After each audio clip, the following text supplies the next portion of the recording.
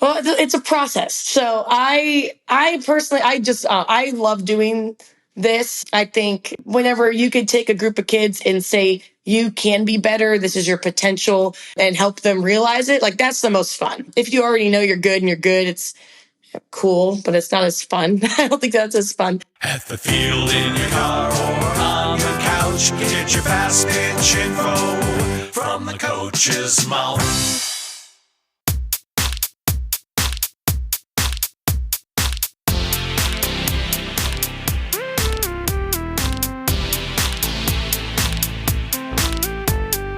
Welcome to the From the Coach's Mouth podcast with your hosts, Jay Bolden and Ken Kraus.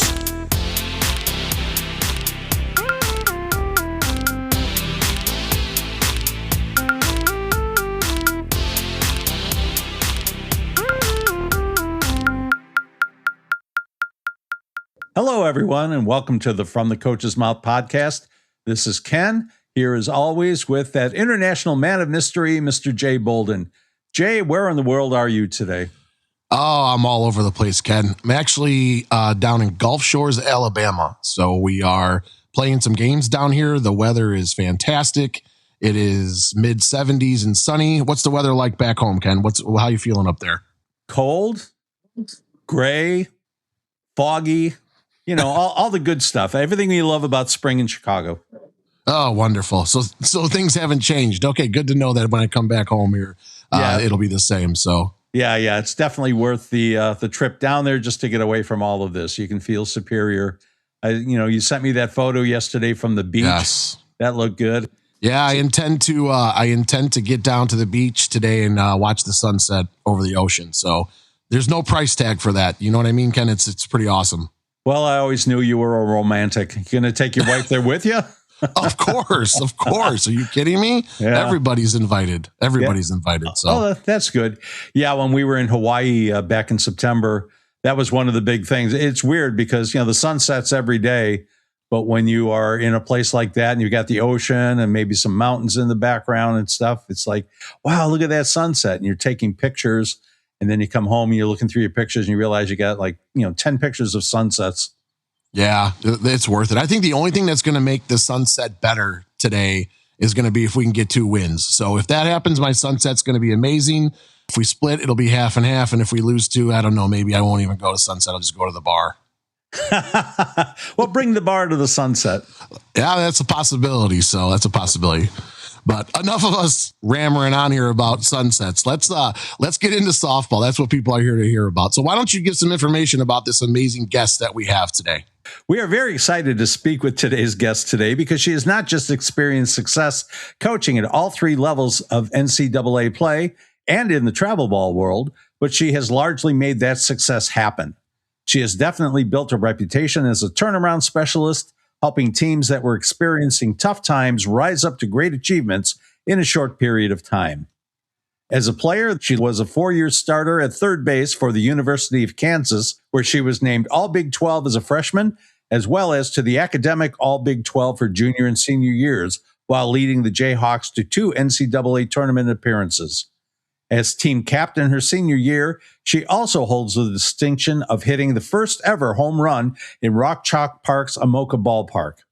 Following her career in college, our guest played as a member of the Mexican national team from 2015 to 2016.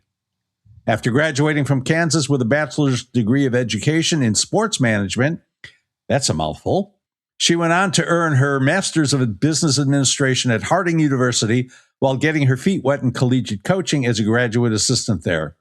She later went on to become an assistant coach at Harding, helping the Bisons to a 58-9 record while ranking as high as second in the NFCA Division II coaches poll before taking on the head coaching role at Hardin-Simmons University.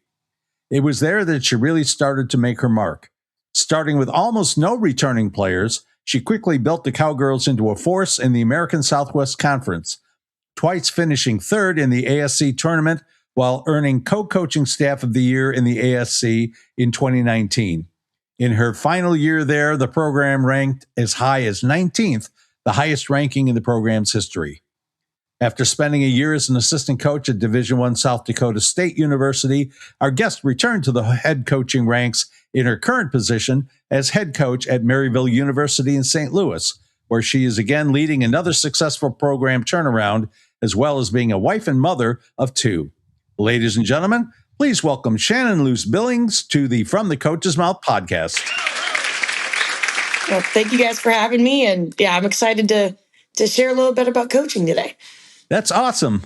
We're glad to have you here and looking forward to getting some of your insights. How's your season going so far?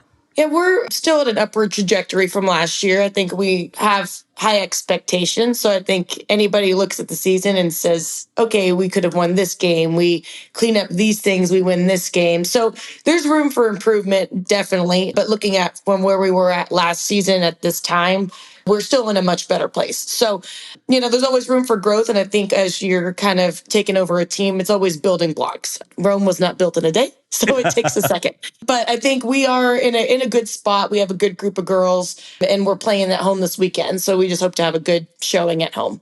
Yeah, I actually looked at your schedule and I saw UW Parkside, which is not that far from me. And I thought, oh, that's great. And then I saw at Maryville and I'm like, okay, that's a bit more of a drive. Yeah. So I always say too, and correct me if I'm wrong too. I love the preseason because you're out there playing just all kinds of different teams and it's just preparing you for that conference. When does your guys' conference start up? And do you agree, like, all your preseason playing some of those harder teams or teams that you normally don't play, just as kind of preparing you for when you get into that conference play? Yeah, so we played a number of different teams. I'll try to get some from the South, try to get some that are at the top of their conference, some at the middle, peeking in a few that maybe, that just, to get the team to gel too. Mm-hmm. So we try to do a good balance of that. Every weekend, we're going to try to peek in, a couple tough opponents, a couple that should be similar to us, maybe a couple that might be less, but it's just a good variety. So we try to look at that when we're kind of building and try to create a balance. Especially this year, we have 3 pitchers that are freshmen and 1 that's a sophomore. So we knew, especially with a younger pitching staff, we wanted them to be able to build confidence while still learning and preparing. So all of that was important. And our conference starts next weekend. So we are right around the corner to starting conference, which is fun. So I think our team is definitely excited to kind of start conference, see how we compare. And it's a weird year in softball. I feel like some teams are, beating some teams and then they play somebody else and then they lose. It's a weird matchup. It's almost like Parkside beat UND this past weekend. That might have been UND's first loss. So it's just crazy. I still think Parkside is still lost more games than they've won. So you just really don't know any given day, and that's what's fun about softball. So I feel like our conference is kind of up for grabs this year. It'll just be interesting to see how it shakes out. So I know our team's looking forward to starting that next weekend. Well, I know that for me, I always felt like those early season games, the friendly things, before you really get into the meat of the season, that was a good time to try things out. And, if you're focused on how many wins can I get, you're probably wasting your preseason. Obviously you want to try to win every game, but more important, I think, is to find out what you've got and what you have in reserve and make sure that if your starter at some position, especially a key position like shortstop, goes down, that you have somebody that can fill that gap. Yes. Yeah, for sure. Awesome. So Chanin, we're going to start this out and get into knowing you a little bit more. We always start out our first question here with how you got started in softball. What was your first experience? Oh man. So this might have been my whole life almost in a sense, because my grandma played back in the day in skirts. Wow. So my grandma was actually the first one. Like, she's old school. And back when I recruited back in Arizona when she lived there. And it was funny. I brought her to go recruit with me and she was real cute. She was wearing the Hardin Simmons shirt and everything. And she was like talking some crap to the kids. And I'm like, this is not how it is anymore, Mom, Grandpa. You can't do that. So it was funny. And she just says exactly what's on her mind, just like a normal grandma would. It was funny. But yeah, she's the original one that got us all into softball, because then my mom and her sisters all played. So, of course, I grew up in Southern California, actually. So I think I remember, I could literally play catch when I was like 3. I think I started playing when I was 3 or 4. Wow. And at my 10U team, like my first 10 under like a little travel ball team, out of the group of like 10 girls, like 6 or 7 of us played like professional, not even just Division 1. Like it was crazy how you don't realize those are my friends and I play with them. But then you're like, dang, like, I mean, yeah, the first person I played catch with was Lauren Chamberlain. Wow. That was my childhood Nice. friend. Right. And you're like, you don't know any different because those are your friends. But Right. yeah, so I was born and bred softball basically. And even my brother played, and his teammate growing up was Nolan Arenado.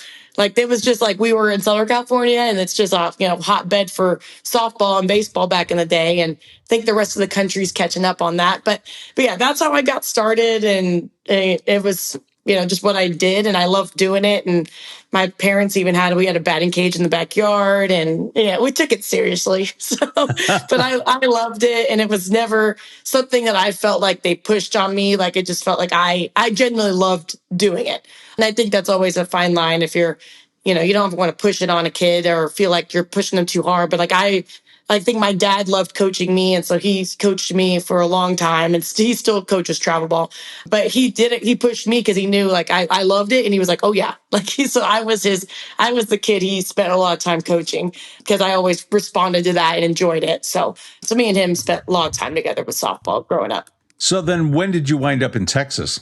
So when I was a freshman in high school. Oh, okay. So I spent most of my time in California.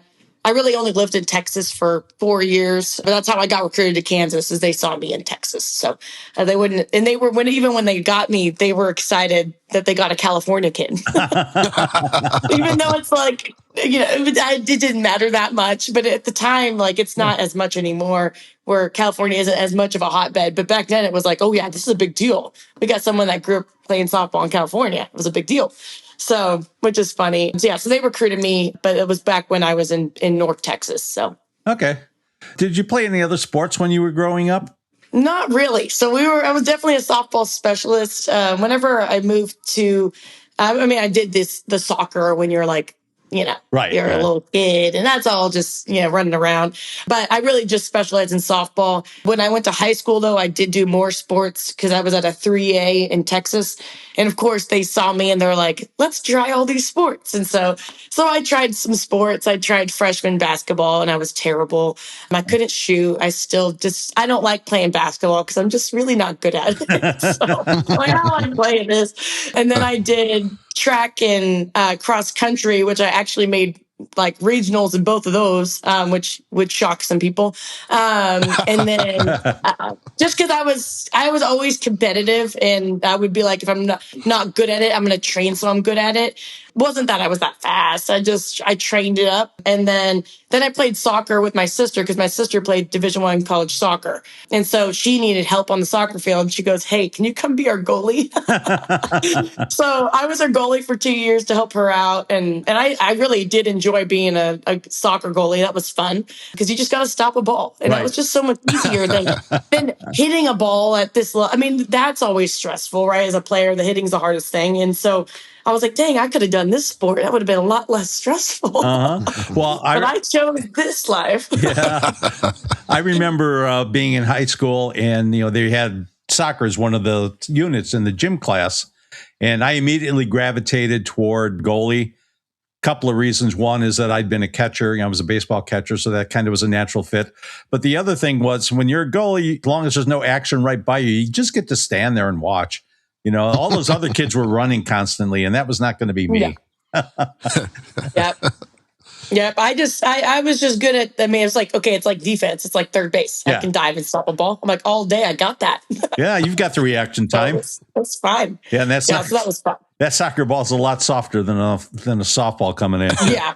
It comes in slower, too. I was like, let's go. Nice. Definitely slower, for sure. Chanin, I want to talk to you a little bit about your recruiting journey. Give us a little background on how you ended up at Kansas, and then with that recruiting journey, how does that influence you now, since you're on the other side of that recruiting compared to what your journey was like? Yeah, so recruiting. So my mom actually runs her own recruiting company. She's collegiate sports advocate. Everybody knows her. She's Miss Popular. She's TikTok famous as well. I am not TikTok famous. My mom is. So she loves it. So from my recruiting journey, like, Like then after I kind of got through college, she started recruiting a recruiting business and she loves it just from what she saw as a parent and everything. So back in the day, she was the one telling me, send a million emails, so it's all the same stuff that she does, but it was like coming from your mom and you're like, I don't want to send these right now, you know? And so I did send a ton of emails and I was playing on a top team in Texas. So, I mean, I was going to probably get seen anyway. So I think the big thing, I was already on a big team, which does, make a difference. I think back then we did not have recruiting profiles. We had nothing digitally. So they had to come see you, especially then, like they had to come see you. There was no other way. There's no recruiting sheet. Like it's just, hey, who's that kid? Yeah. That's how it was then. Yeah. So basically I did not send an email to Kansas. I sent emails to a lot of places. I didn't send one to Kansas. I mean, I'm from California at the time. I'm like, I don't know what that, Kansas, I don't know. I don't know that place. So I had no idea, but they actually saw me warming up. So I could say I would pride myself as a player as like I was not out hustled. Like I was doing the most at all times, right? Because I was competitive. I wanted it to my detriment. Sometimes wanted it too much, but they saw me just shagging balls, like literally picking up wiffle balls and running around and hustling. And so the lady was like stayed to watch me. And it's actually Christy Musser, who's still coaching now. I think she's out in South Carolina now. So she's a head coach out there. She was the one that first saw me that I remember. So I went to visit Kansas with the first coaching staff. It was with Chrissy Messer, and then Tracy Bungie was the head coach. So I went on a visit there.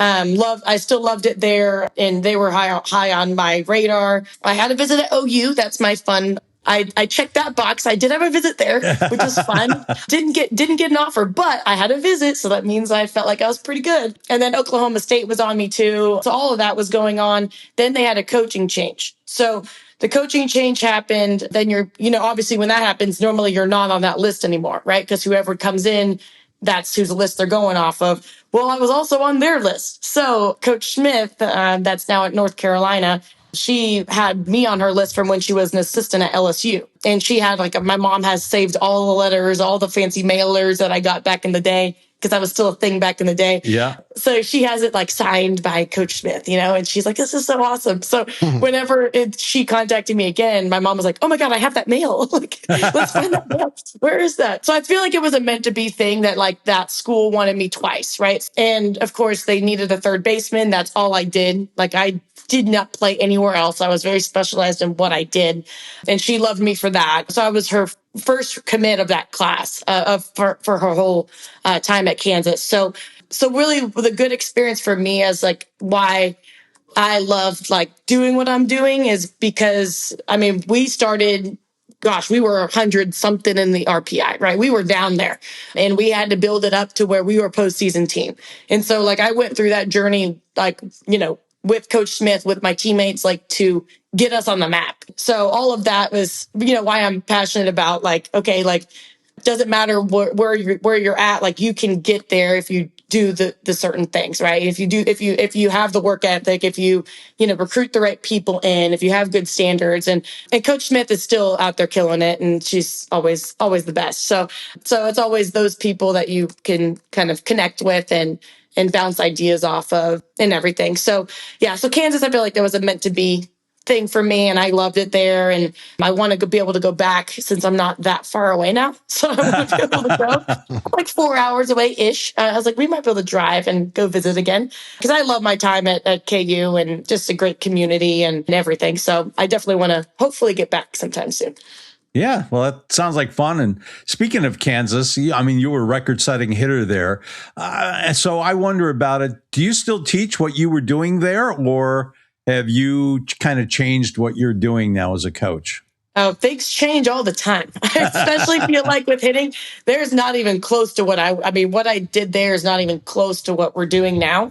It's just the evolution of things and how the game has changed, and me trying to look at things like, what can I do better? Even thinking of our practice yesterday, I'm like, I think I made up 2 drills, right? I'm just like, this is what we need to do. We're going to figure out how to do it. How are we going to accomplish this? Let's make this chaotic thing happen, right? How can we handle the ball better? How can we, or I'm trying to figure out with our hitters, hey, how can we, like if it is a curveball that's wearing us out, all right, I'm going to think of everything possible to fix that. We're going to look at mechanics. We're going to look at hand speed, strength, all those things that like, and then obviously you got pitch selection, you got timing. There's just so much that goes into it. And obviously in the fall, we'll break down mechanics, but in the spring, like we're trying to prepare for what we're going to face and just see. I'm always looking at like as a whole, what are we struggling in as individually? What do they need work in? And I think we've made progress. There's always room for a lot more growth, but I'm definitely happy with our offense. I think last year I feel like we were very late to hit. Like if it was a velocity pitcher, we were in trouble. This year, it's not. Like we are not beat by velocity, which I'm like, that was one of my big goals. So I think things just change. I think how we trained back then, it's not the same now at all. Like I'm thinking about it and I'm like, it doesn't mean it was bad at the time, but I just think our game has just developed a lot. The pitcher's speed has gotten a bit faster. Like I think back then, whenever I played, I think the fastest pitcher I faced was Kalani Ricketts, and she was, maybe touching 70, but that was like a rare thing, right? Mm-hmm. Like that was not as common as it is now, that 65 plus is common. So there's a lot of just like speed things and mechanic things and stuff with hitters that you have to adjust with if the pitcher's throwing that hard. And I think even at Division II, I mean, we're still facing 60 plus a lot. 65 is not uncommon either. So there's a lot of things that are different from back then. So like, if I really did teach what happened back then, that would be not as applicable, I think. Well, and I think that's good. And it's always a good message, I think, to get out there to coaches, especially at the youth level and the travel ball level. You get the people that, I played baseball back in 1993 and this is how we did it. And that's what I'm going to teach. And it's just so unapplicable in a lot of ways to what's going on now. There's just more information. We have better technology. And I think that it's important to keep up with that stuff. Otherwise Yes. You're going to get left behind. Yes, I think I always like to look at the newer baseball stuff as well as our softball stuff, but I always feel like baseball always gets a little more creative. And so I like to look at that kind of stuff every kind of off season, like see what's new, what's the trends there, and see if there's anything we can learn from it. I'm also a big Houston Astros fan. I know people don't like that, but big Astros fan. So I watch almost every single game the entire season. So I'm watching a lot of baseball too, and I also watch softball. My husband already thinks it's too early for me to watch as much softball on my free time, just for fun. He's like, it's too early for this. I get postseason, but it's too early. So, but no, I just love watching the game and seeing okay, this is how they're doing it. Does that work for us? If I think no, doesn't mean you always have to implement everything you see, but just always like watching and seeing what you can learn is always good. Yeah, and there's nothing that says, you can't try something, and then you find out, seemed like a good idea on paper, but, and then no. Yeah, in practice, yeah, it's not quite working. So what was it like for you playing on the Mexican national team? Oh, so this was, I love this. This was awesome. So my grandpa, actually, he passed away when I was like 8. And it was actually when I was on the softball field playing and my parents weren't there. So I'm a little kid and I'm like, where the heck are my parents? Like none of them are talking to me. Only my sister's here. What's going on? So he passed away. And before he passed away, he finally became a fan of softball and girls sports. And he was very traditional, a Mexican guy, right? That said he was like, no, females don't play sports. They're not supposed to do that.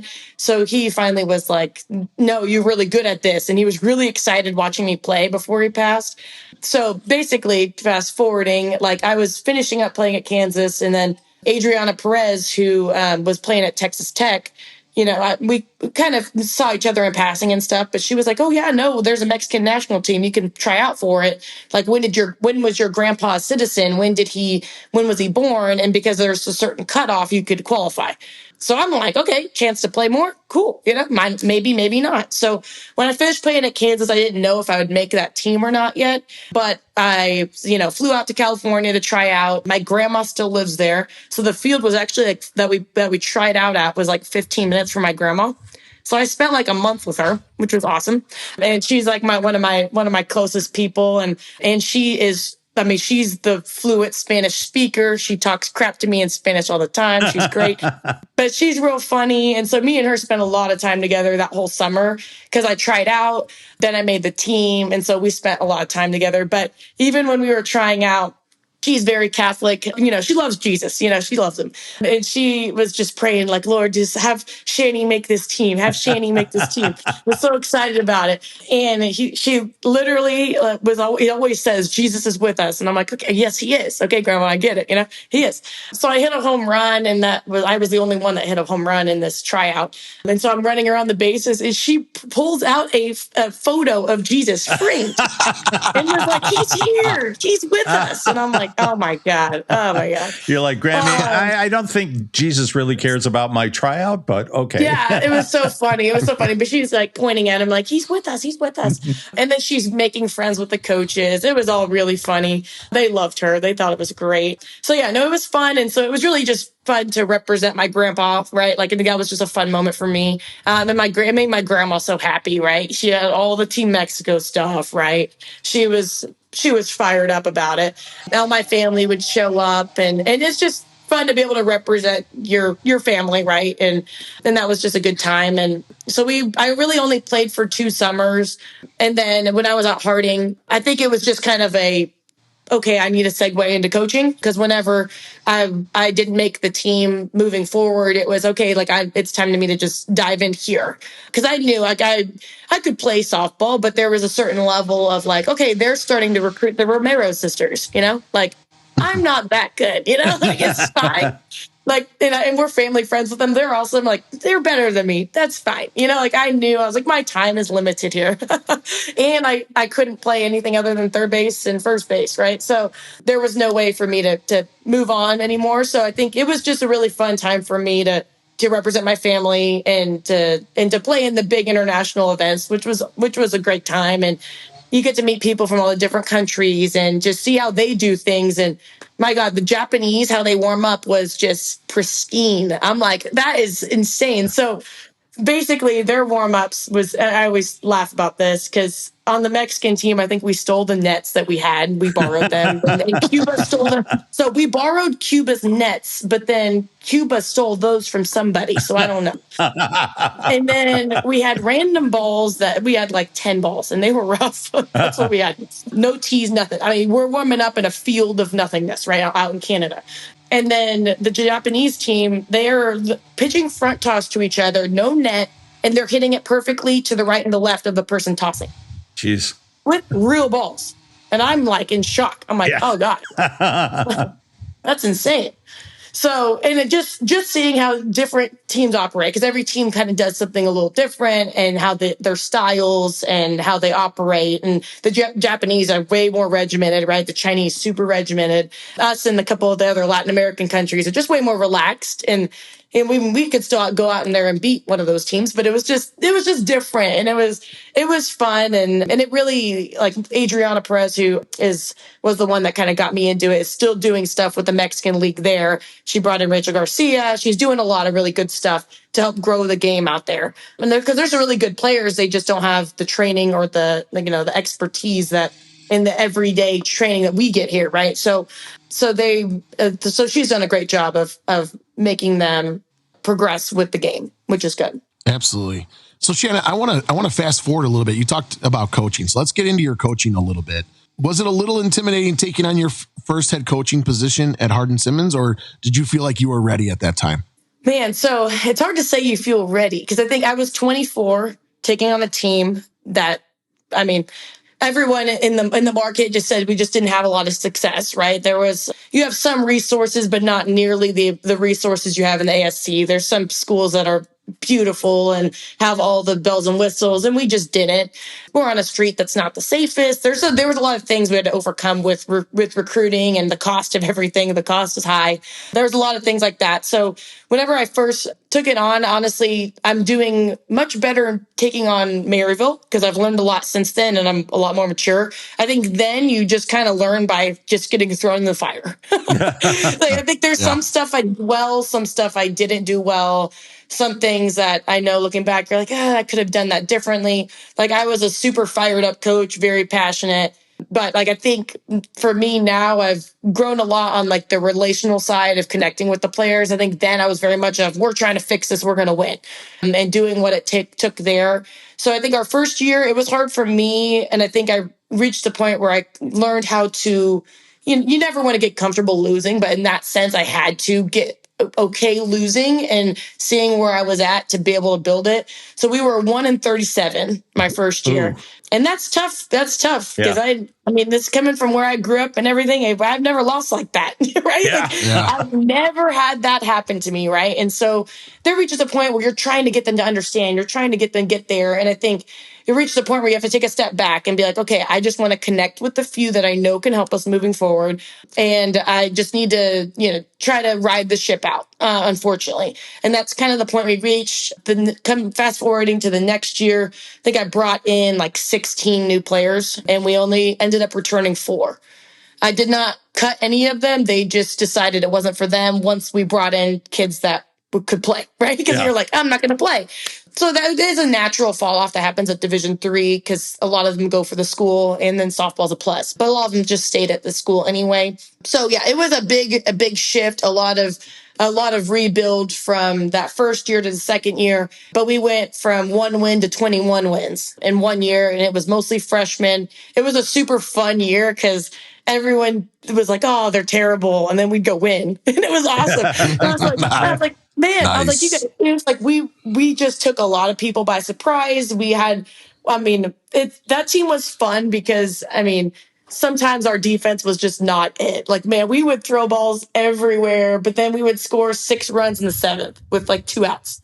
We would do crazy rallies. Like they would just hit a gear and just be like, we're scoring a lot of runs. And they would just go and just shock people. Like we beat a team that hadn't lost a game in over a year and a half. Wow. We walked them off on our field. And that was like, that was massive. I remember I was almost crying. I was like, this is such a big deal. Like, this is all awesome. And like, they still believe that they could do it. And then some of them, it's like, they just didn't know any better. They were just freshmen, but for the most part, and they just competed. But like, especially for our pitchers that were our returning kids, like that was like, dang, like this was a big change in 1 year. Like it was awesome. So that was really fun. And then COVID hit, that kind of put a wrench in our trajectory a little bit because we lost some kids for financial reasons. All of those things happen. So Hardin-Simmons, I learned a lot. I was there for 6 years. We had a lot of good times and some things that, you always think, okay, I could have done these things better. And I think those are things that you just learn year to year as you grow. And I think those are the things I'm trying to do here at Maryville. Well, Shannon, just out of curiosity, that second year, how long was it into the season before other teams started figuring out, I can't throw my number 2 at these guys like I thought I could, or my number 3. I better throw my number 1 or I'm going to be in trouble. Probably, so we start conference play pretty quick. I think I remember it being when we played UMHB, so Mary Hardin Baylor, they're always good. And it was their coach that retired, and he's awesome. Henning is his last name.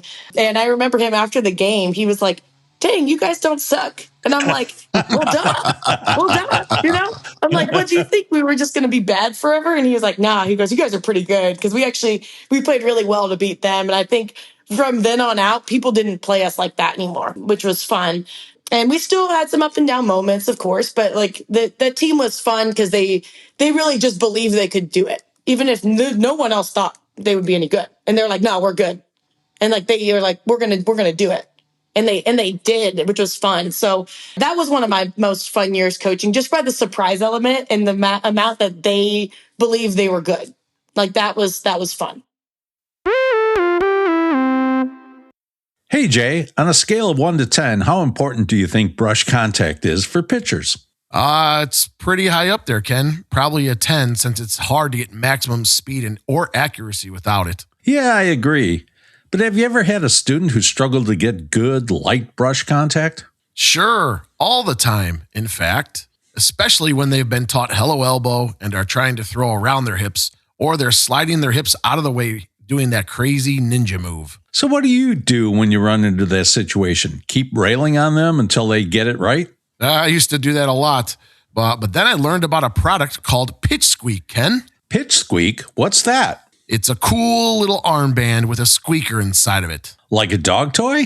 Yeah, kinda. So how does it work? Well, you slip the armband onto the pitcher's forearm and you set it so the squeaker is where the brush contact should happen. Then, when the pitcher goes into release, she tries to get it to squeak, like this. If she makes it happen, she got brush. If there's no sound, she knows immediately and can make a correction. Wow, cool. So she gets immediate audible as well as tactile feedback. Oh, there you go again, showing off with those big and technical words again. But yeah, she can feel it and hear it. Does it really work? You bet it does. I use it with my students all the time, and it helps them learn how to get brush contact pretty quickly if they practice with it. Sounds neat. Where can I get one? Oh, it's easy, Ken. Just email support@pitchsqueak.com, and Jason, the inventor of it, and a Polygirl certified pitching coach himself, will ask you how many you want and send them right out. I'll do that today. Thanks, Jay. What's that address again? Oh, you bet, Ken. It's support@pitchsqueak.com. One more time for those of you who are listening, support@pitchsqueak.com. And don't forget to mention in the email that you heard about it right here on From the Coach's Mouth podcast, and you'll receive 10% off. So you've coached at Division I, Division II, Division III. What's similar and what's different between those experiences? So Division III, I'd say it's a bit different, and I had to do some things differently that maybe if it's I pick, I wouldn't do, right? We did a lot more just funny team bonding stuff, right? We did a lot of just, you could say, fluffy things, right? That's just for the experience. Because really those kids, they are normally high academic. They love softball, but you do need more of a balance than you would otherwise, right? Like they want an experience that they're having a good time. They bond with their teammates, and you can push them, but there is sometimes a level where you're like, that's not beneficial. And so that looks different than even in their practice days or less. I think now they have more, but in the fall, when I was there, we only had 15 the whole fall. Wow. So it's very minimal, very minimal. And then now I think they maybe get 20 or so. I think the rule changed where they get more, and you only get one day to compete in the fall. And then in the spring, you only get 40 games.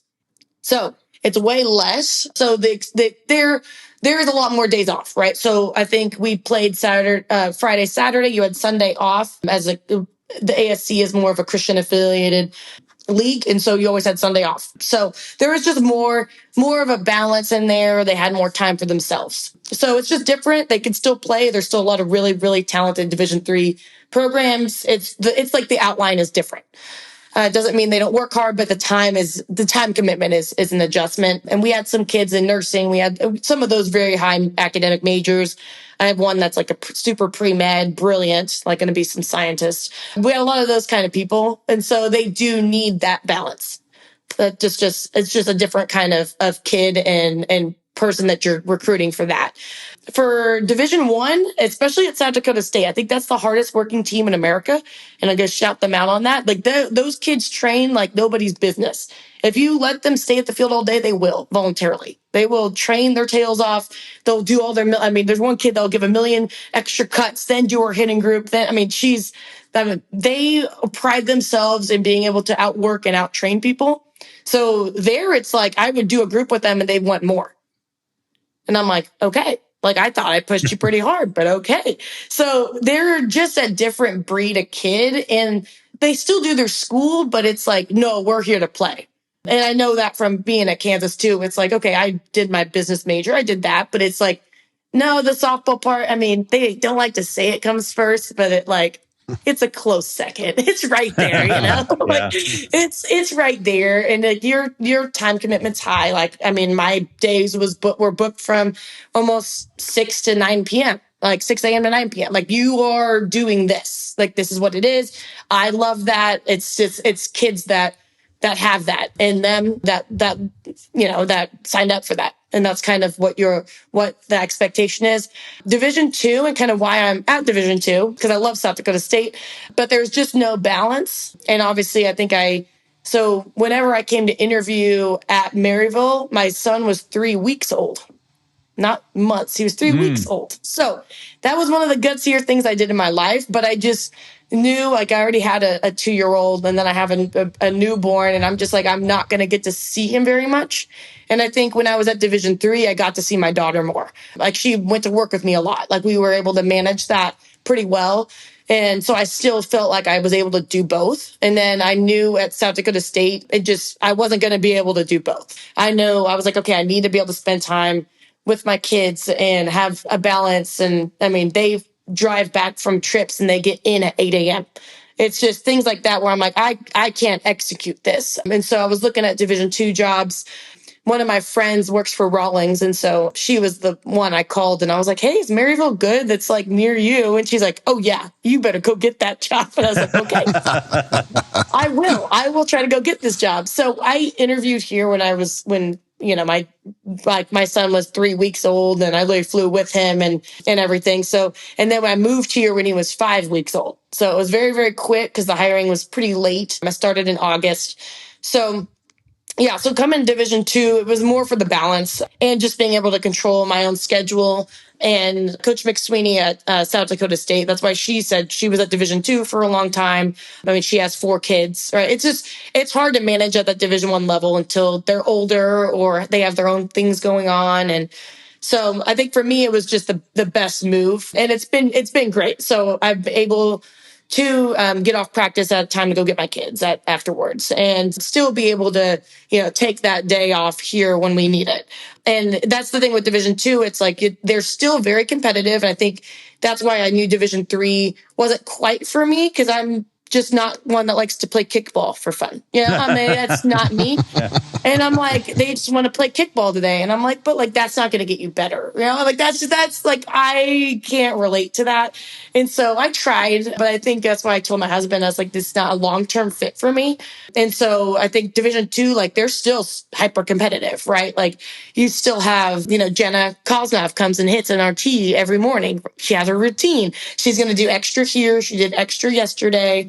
And so you still get really high competitive kids at this level, which is fun. Yeah, Jenna Kosnov was always like that. She was the kind of kid that she'd come in dead tired and you say, well, do you want to just do this? You want to do that? Nope.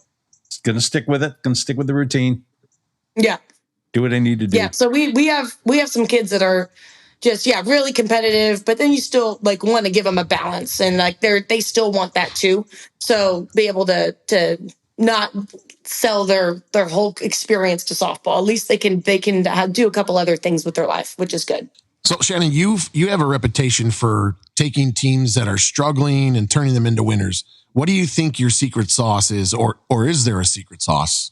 Well, it's a process. So I personally, I love doing this. I think whenever you could take a group of kids and say, you can be better, this is your potential, and help them realize it, like that's the most fun. If you already know you're good, it's cool, but it's not as fun. I don't think that's as fun.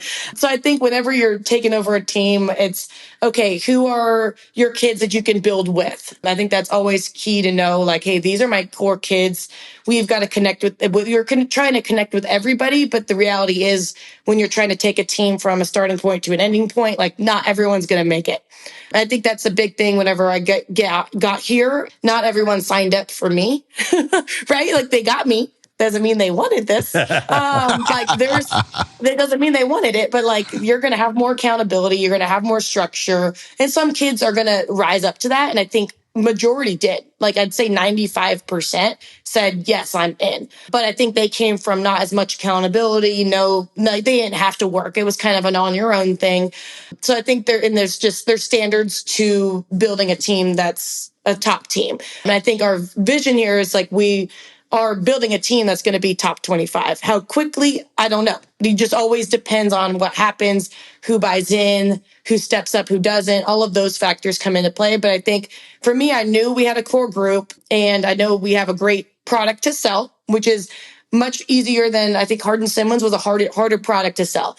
Our area wasn't as nice, didn't have a nice field, right? Maryville's got a nice field. You got great equipment. You're at a great school. You're in a super safe area. There is nothing that happens here, right? There's nothing, any sort of bad thing that could happen here. Like they have AI cameras that track it's so safe and it's nice to know that and be able to sell that. And so there's a lot of positives. So I knew that this turnaround would be much faster. And so I know we have some pieces. I know this year it's like some growing pains, but it's getting, the type of kids in that, you can work with that signed up for you. And that always helps. And I think next year we got more pitching, more depth, a lot more things in a lot of places to help build our talent up. But it definitely does take a process, and I think you talk with those returners and they kind of know, hey, this is what we're doing. They're in with it. And obviously this year, I think we hope that we could have more wins at this point than we have. But still last year, we finished non-conference 8-14. So it's like, we're still doing better. It's still not the standard, but you also need to, take the kids from where they're at right now and still being positive with them of, hey, we can compete. Like, hey, we can go out there and beat a top 10 team in the nation. This past weekend, we could have if we did XYZ correctly. And so there's a lot of good to be built on, and it's just takes some time from recruiting. I'm very, very big on the camps. So we do a ton of camps, ton of youth camps. You just have to build like the buzz around your team. And it's almost like if you're looking at the business side of it, like you're looking at rebranding the team. Yeah. And so I feel like that was the biggest thing out the gate. I'm like, all right, we got to rebrand this thing, because my thing is no one has heard of it. I feel like no one had heard of Maryville softball in the softball community. So I'm going to get this out there. We're going to push this out there every day. We're going to put the facility video up there. And I think my camp sold out the first 2 weekends. And it was conflicting with Missouri softball, high school softball. And we still got like 100 kids on campus in 2 weeks. It was crazy. So you have to build that buzz. You have to build that excitement. And then I think we're to the point where it's like, hey, now we got to start following through with like, hey, like I will always say, with honesty, where we're at, where the team's going. But there reaches a point where it's like, hey, now we got to start taking that jump to show promise of, hey, we're doing that we are following through with what we're trying to build. But I think we've made a lot of strides. We have a lot of positive going on, but it's definitely just kind of seeing through my process. And I think whenever I first was taking on the job, I had a long list of like, we got to tackle this, we got to tackle this, we got to tackle this. We had the camps, we have recruiting, which I was calling everyone I know who's left. Who's the best kids left? We got to see them. We got to get eyes on them like now. Recruiting is not something I do passively. It's I take that seriously. And then, of course, when we got here, we spent a lot of time connecting with our current team. What's our current state? Where are we at? Try to build a good reputation with them, make sure they have good buy-in with me. And that takes some time. I think one of our kids actually apologized to me after 6 months. She said, hey, I'm sorry it took me a while to like be good with you, because like I just didn't know if you were like the other people. And I'm like, just the trust issue, right? Because you're like, hey, I've had some coaches and like it hasn't been it, right? So they're like, are you the same, or are you real, or are you like putting up a front? And so some of them take a little more time to connect with. And I think the thing I did the most different now versus when I started at Hardin-Simmons is I gave a lot more grace with my standards. Which you say that's like something you shouldn't do, right? Like I think you're like, oh, these are my standards or else. But I think like I feel like I've grown a lot in this area since being a mom, right? Like you're a mom, I mean, you deal with a lot of things with 2 toddlers, and it just is what it is. And so I think you just see things differently, and you're like, okay, like there's a way that I can approach this kid and try to get through to her.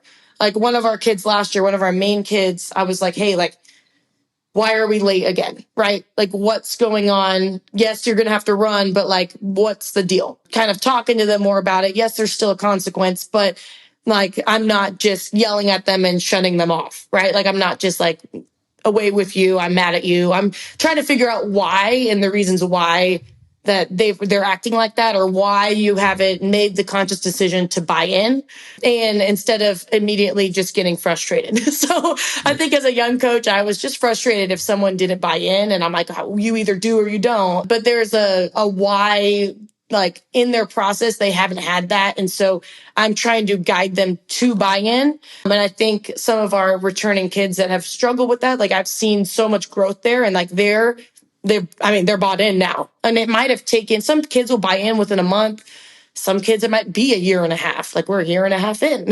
And I think they're finally getting it. I don't have to worry about them showing up on time, doing what they need to do, wearing the right shirt, like all those smaller details that, yes, they matter, but at the same time, like, why is this kid not responding? And figuring that out. So I've grown a lot in that area. And I think that's the big thing, is I've given a lot more grace to my rules, but still, okay, we still need to get there. But like, how can I help them get there without forcing them in it? And I think allowing that to happen has helped us, I feel like, have a lot more trust with this team. So I think that's the that's the biggest thing when I start here. I'm like, I'm going to do this differently.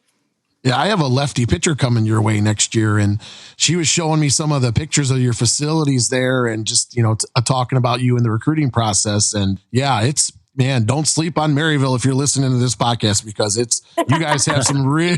I'm like, wow, like your facilities will outshine some Division I. So it's amazing, yes. And Bridget is super happy to be going there next year. So I can't wait to see what she does there for you next year. Yeah. Yeah, no, and that's the good part when you're actually at a school that has more resources and everything, which is great.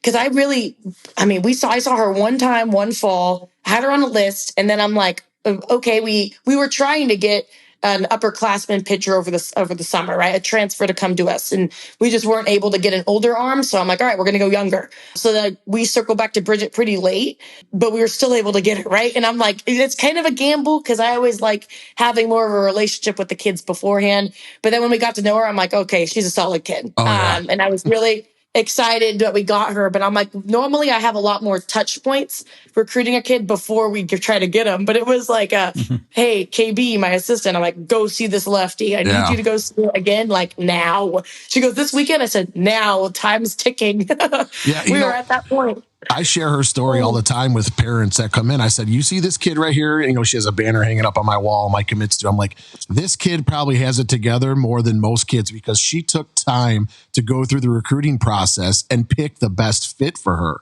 So I just think, yeah. And again, when she showed me the cells, I'm like, how could you look at this? This is exactly what you're looking for. So that was great. So.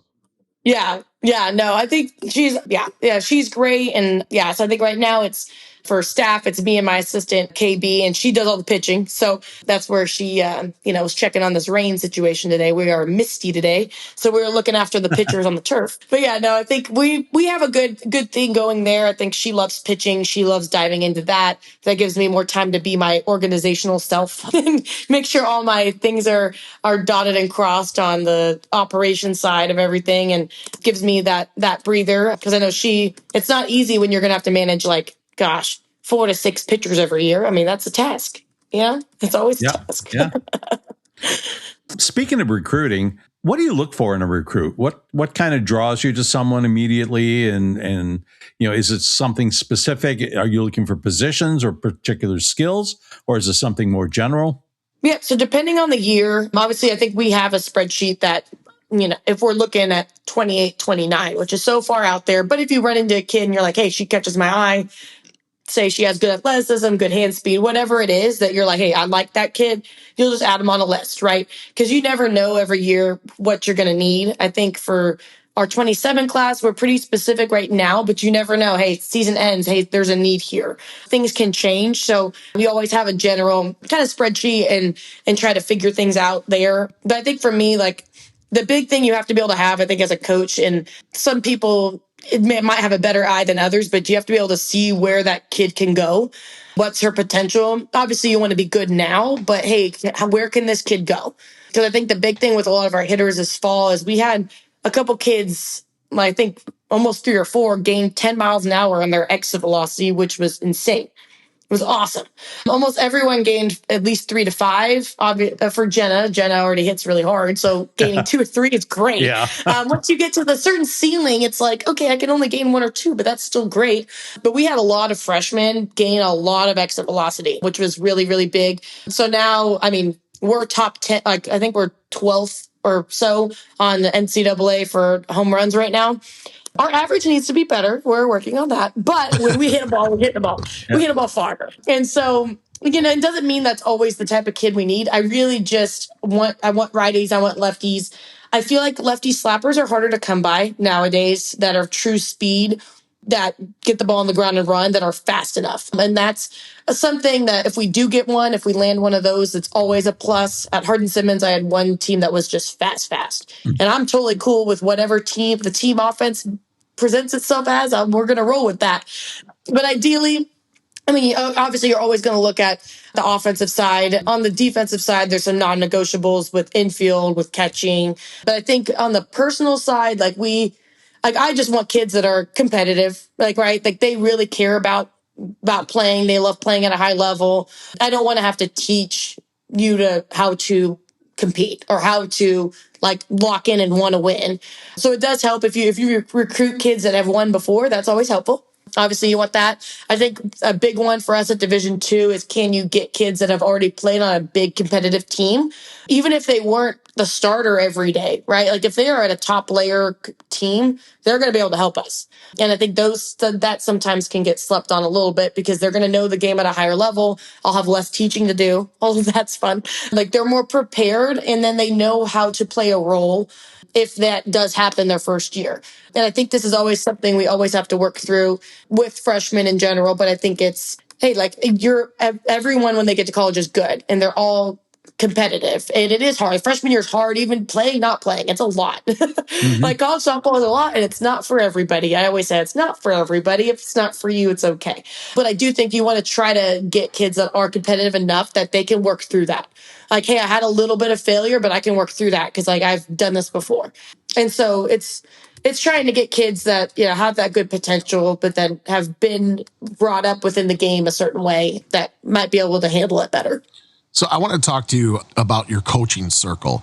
Do you have a coaching circle, like other coaches who opinions you value and trust? And if you do you tend to talk more about the technical aspects of like hitting, pitching, fielding, all that stuff? Or is it more on the culture side in that circle? No, we definitely talk about the culture side of it. So Coach Smith, who was my coach in college, that's at North Carolina, I'll talk to her, or I'll talk to Coach McSweeney at South Dakota State. So I mean, it's normally just on like team environment stuff. How do you handle this?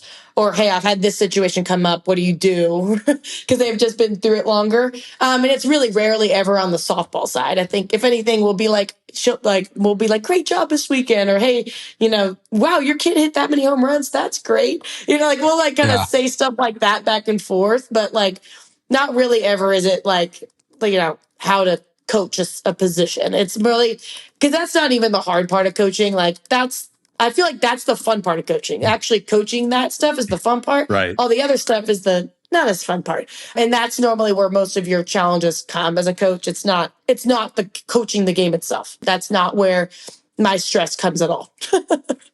So how do you handle those difficult conversations? Maybe a player isn't performing on the field, or maybe in the classroom or something like that.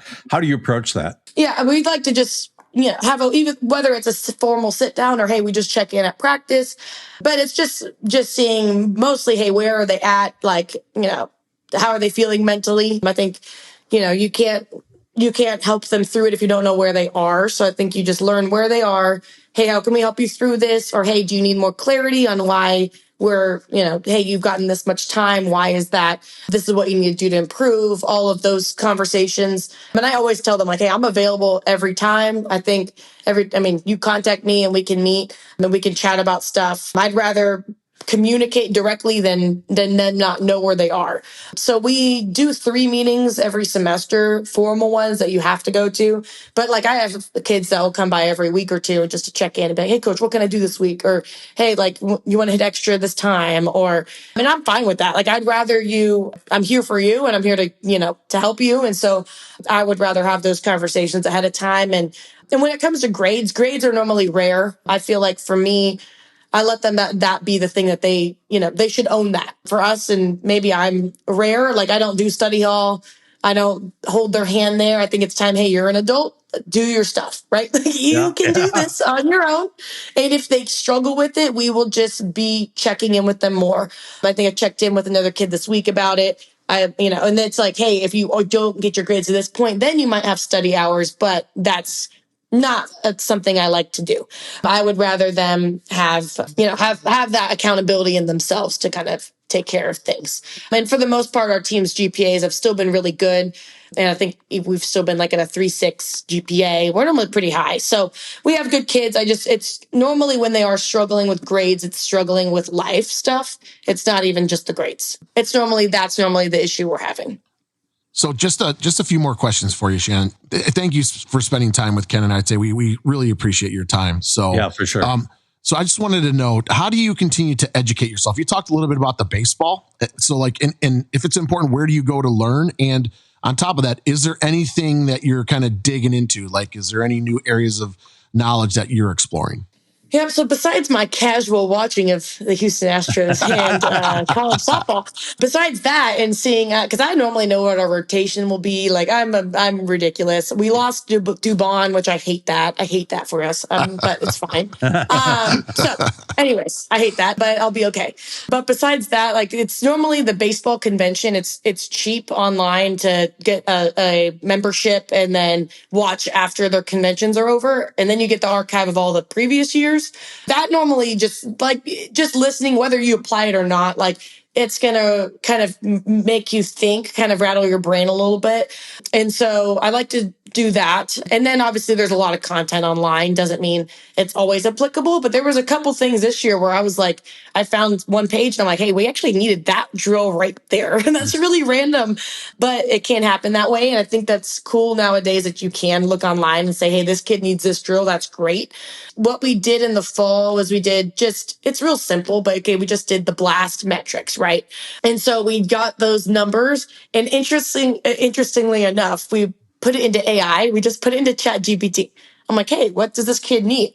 And I was like, interesting. And then we're like, okay, where does this kid like struggle with location in their swing of where do they need to spend more time working on if there's a certain, like in, out, up, down, whatever, right? And they gave us like a heat map too.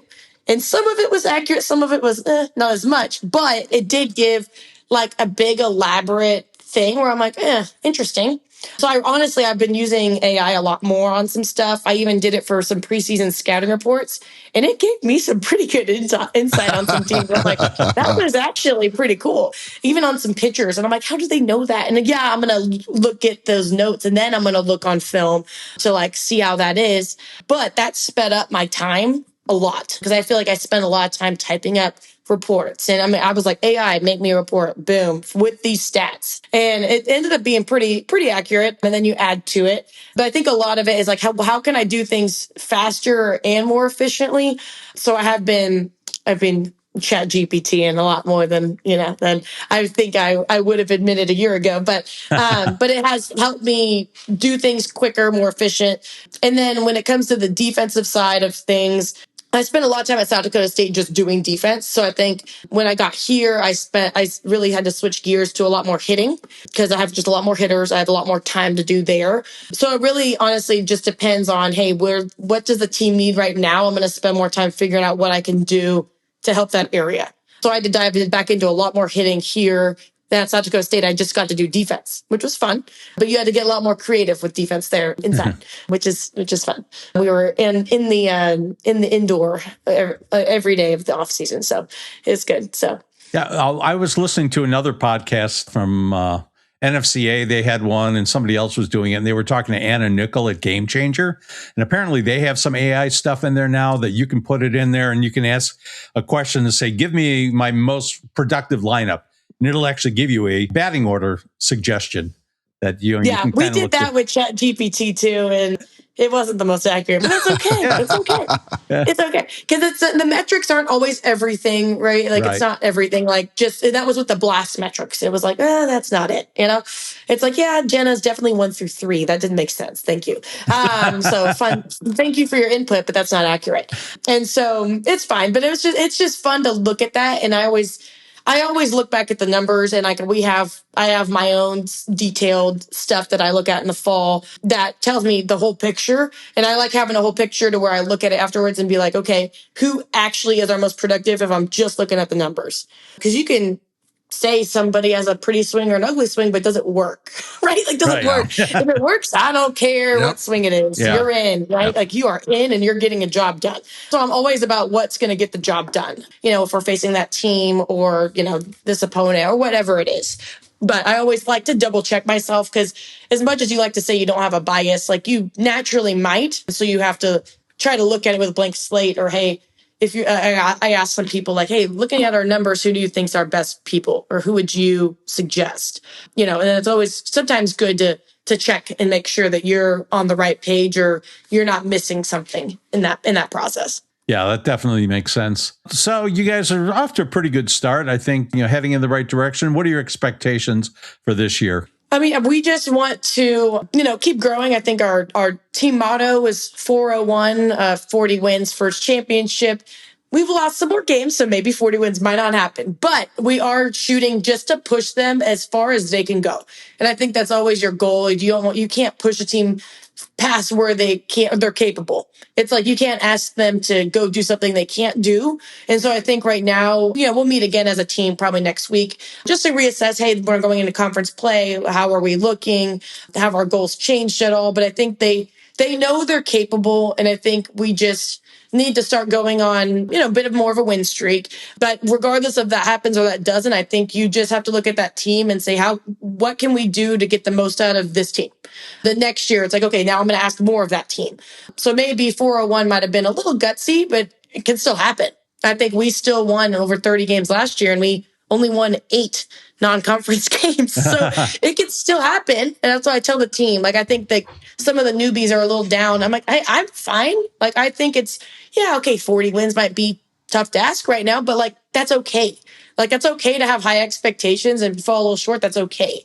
But I didn't think we were going to start the season saying we're going to win 30 because we did that last year. It's that's not enough, right? Yeah. We about did that last year. I think we won 28 games last year. It's that's not asking enough because we can do better. So I think it's just continuing to kind of push them where they can go. And, it's knowing when to push them and knowing when, hey, let's pull back and let's just let them figure it out themselves too. I think you got to know the push and pull. Not always push like I did back in the day. You got to know when to pull back. So that's always a big one. And I think right now, last weekend we kind of pushed them a little bit. So this weekend I'm trying to take a step back and be like, all right, can we just respond? Can we just go play? Can we come together? And that's kind of what I'm hoping to see, because I think we know last weekend we should have won at least a game or two more than we did. So I think it's just, hey, let's respond and let's stay together and keep working. But, we have a great group of girls, and, and I love going to practice with them every day. They're a fun group and really just good kids. And so I'm hoping we can just kind of come together and just see what we can do to make the most out of this year. Yeah. And I think that's always the hard thing for a coach is that, we always want to fix everything. And sometimes you just have to take that step back and let them figure it out. That's so hard. That's what I told him. I'm like, all right, hitters, I've already told you about this pitcher. We've already seen film. I'm going to not say much today. I'm like, I need you guys to just go. And it's just start going and not feeling like I'm leading them in every step of the game. It's like, hey, come on, let's start to go. So hopefully we can see more of that this weekend. I think the team should be in a good place. We're at home. I think regardless, it's you just want the kids to just be able to play and just have a positive kind of finish of non-conference into conference play. Okay, last question for you before we let you go. Yes. We ask this of everybody. So do you have any hidden talents or something people would be surprised to learn about you? Man, yeah, hidden talent. I mean, the only thing when I read this one or thought about this one is I mean, I'm a bit of a cook. I know I can cook just about anything. I don't have as much time anymore with 2 children, but I grew up cooking for my family. I can cook. I cooked dinner for our family when I was 3rd grade, 4th grade. I cooked all the time. So I know how to cook just about anything. When I was younger, I thought I wanted to be a chef, but then I was like, nah. Not really. Not really. If you look at what they do, it's not really. But I do love cooking, and I love, trying to host and take care of people. I like that part of it too. So so I just enjoy, making food, desserts, all that stuff. So what's your favorite? What's your signature thing? You want to impress somebody? Signature, there's a lot. I could do a lot of different things, but I'd probably think I'm really good with we could do fajitas, you could do Mexican foods. Sometimes you go somewhere and I'm like, it's not the same. I can make better than that. I think my assistant KB, I cooked for her one day and it was a Mexican dish, and she goes, oh my God, this is better than Chipotle. She was so excited. This is better than Chipotle, because I made her food one night and I'm like, hey, I do this all the time. I refry beans and rice and all that. It's I got you, So, I just love cooking all that stuff. And then I think growing up, because we used to do the snack bar in California that we always sold food, I would make hundreds of cookies, chocolate chip cookies for days. I got that recipe memorized. I can make it from scratch all day. So that's the kind of stuff, just growing up, I did a lot of that. Or my dad would just be like, hey, can you make me cookies? All the time. I'm like, come on. So that's just kind of one of the things from just growing up. I always did that. But, I enjoy that part of stuff. So that's great. Well, Shannon, we told you to be about an hour. We're a little bit longer than that, as we usually are, but we do appreciate all the time. Hopefully the rain has stopped by now and you guys can get out on the field today. Yeah, I hope. Yeah, I know I'm going to go check, and otherwise I'm going to have to make some calls. So we'll see. All righty. Well, again, thanks so much for being with us. We do appreciate it. All right. Thank you. All right, that's it for us this week. Thanks to all of you for listening and the kind words you've been sharing with us. If you like what you're hearing, please remember to give us a like, leave a comment, and share this podcast on your social media channels. Make sure you never miss an episode by following us on your favorite podcast platform, including YouTube now. We're on there. So also, if you're so inclined, you can leave us a great review on Apple Podcasts to help more people find us. On behalf of the From the Coach's Mouth podcast, have a great rest of your week and weekend.